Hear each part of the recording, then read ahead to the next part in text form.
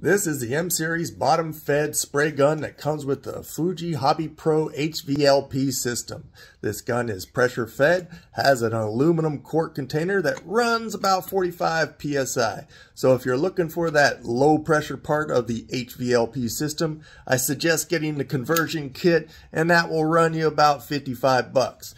Inside the can here, you have your tube that sits in the paint, a filter that will pull out any big chunks.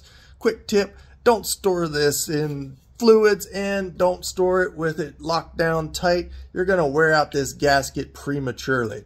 The spray tip here is a 1.8 millimeter. And on the back here, you have your pattern control knob. Right below that, a fluid knob, essentially how much comes out. Nice little feature here is that when the hose is disconnected, this hole at the bottom doubles as your gun holder. You know what else is nice? Clicking that subscribe button.